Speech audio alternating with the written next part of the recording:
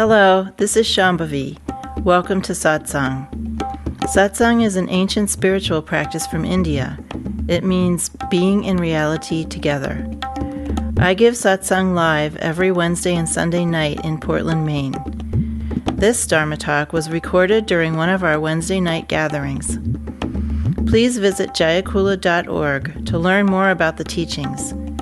You can find video satsangs on Jayakula's YouTube channel, and my books are all available on Amazon.com. Much love to you, wherever and however you are.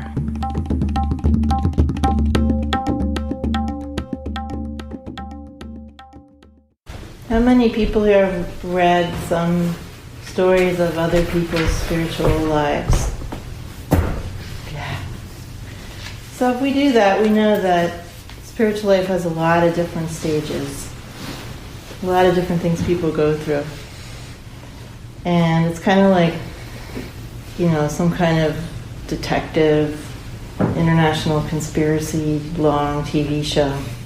There's like the episodes that go on from week to week, but then there's the bigger story arc, right? And as you're watching it, you have to pay attention to the bigger story arc as it's developing, keep piecing it together, and eventually you have to overthrow the horrible, oppressive system, whatever it is. Whether it's Hydra or the government or some secret cabal that's been around since pre-Christian era. There's always some system. That system is what?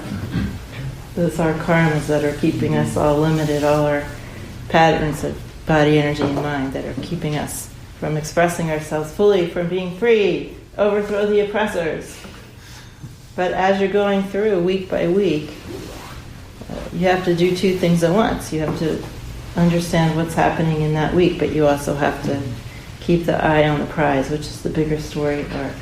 And sometimes you get very bored because this bigger story arc becomes less visible, or you get frustrated, and there's just these episodes that don't seem to have much bigger story in them, right? And it can be frustrating, it can be boring. Sometimes you get sucked into them and you actually forget about the bigger story arc. Oh. Occasionally you can fast forward and skip over one of the episodes that has a smaller view. Right? You can fast forward through some conversations that people are having about their interpersonal relationships, or right, some little side story. Or never. Or never.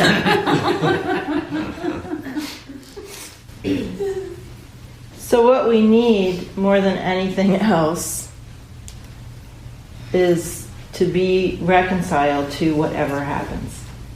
We're going to feel in love with our practice and in love with the whole process of waking up. We're going to feel frustrated with it. We're going to feel bored. We're going to feel thwarted. We're definitely going to feel restricted, because restriction is a huge part of any spiritual path of actually waking up.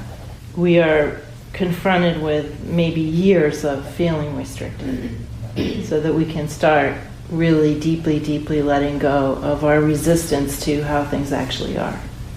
Right? Restricted means we don't get things to happen our way, or they don't happen fast enough, or we don't get the opportunities we want. Right? Those kinds of restrictions.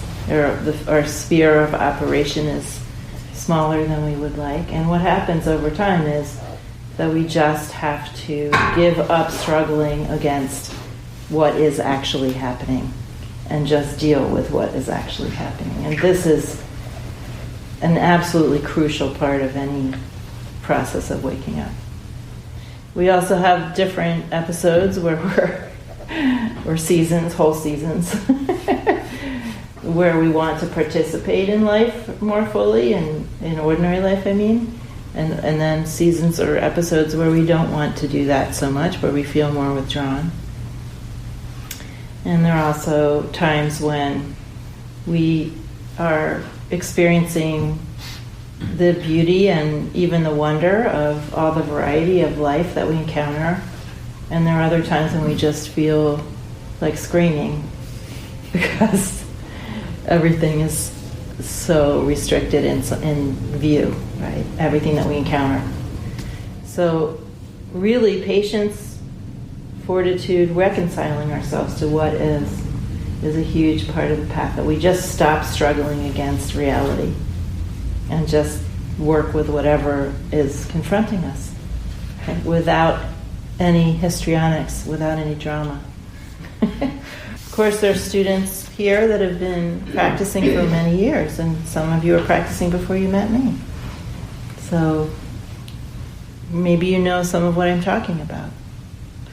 And if we insist on feeling good, or we insist on things going quickly, or we insist on accomplishing things in our practice, or if we insist on our life being a certain way, we insist on things going at a certain speed in our lives, or we insist on certain rewards, then we are basically signing up for more suffering. Right?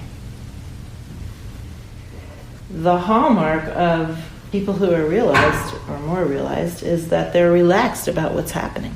It's like, okay, next movie. And so that sense of not getting what we want, or having to deal with episodes and seasons when we're not getting what we want, is training for just giving up.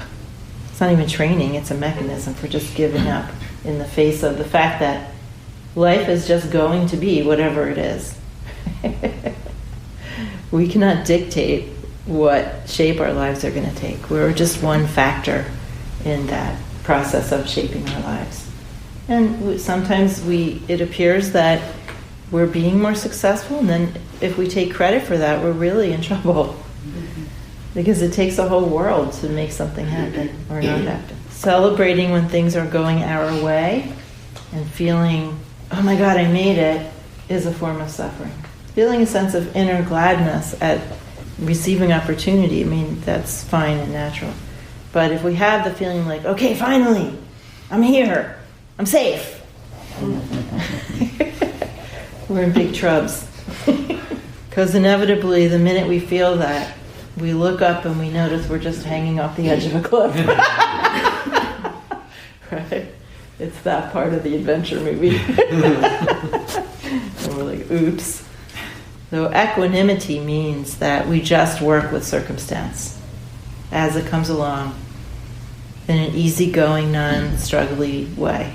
Recognizing that one circumstance is not better or worse than another circumstance. They're just circumstances. And trying not to get too lost in the details of everyday life. Keep the eye on the bigger picture, your bigger view. What does that look like? What does that mean? Leaving aside the TV metaphor. Mm-hmm. What am I talking about? Recognizing that everything that's happening is God. Mm-hmm. Feeling it. Feeling it. Mm-hmm. Feeling it. Yeah, feeling that presence. Yeah, I thought of Guru Yoga. Mm-hmm. Yeah. I just have been having an interesting email exchange with somebody who's been a long-time practitioner. Decades long, and has had some teachers in Vedantic traditions, and he wrote me a lot of very complicated philosophical questions.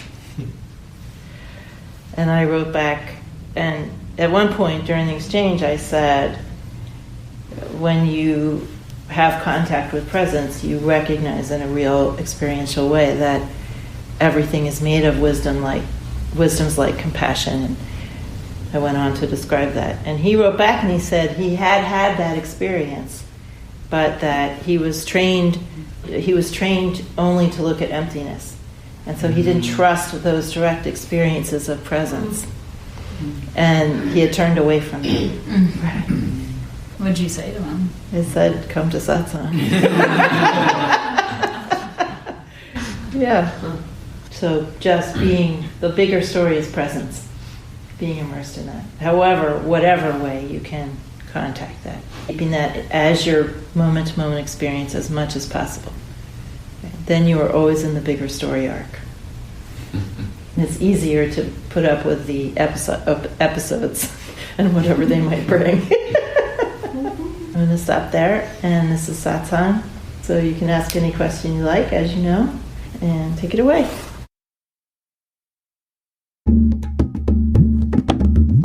Jayakula is a nonprofit community offering opportunities to learn and practice in the direct realization traditions of Trika Shaivism and Dzogchen. We are based in Portland, Maine and Portland, Oregon.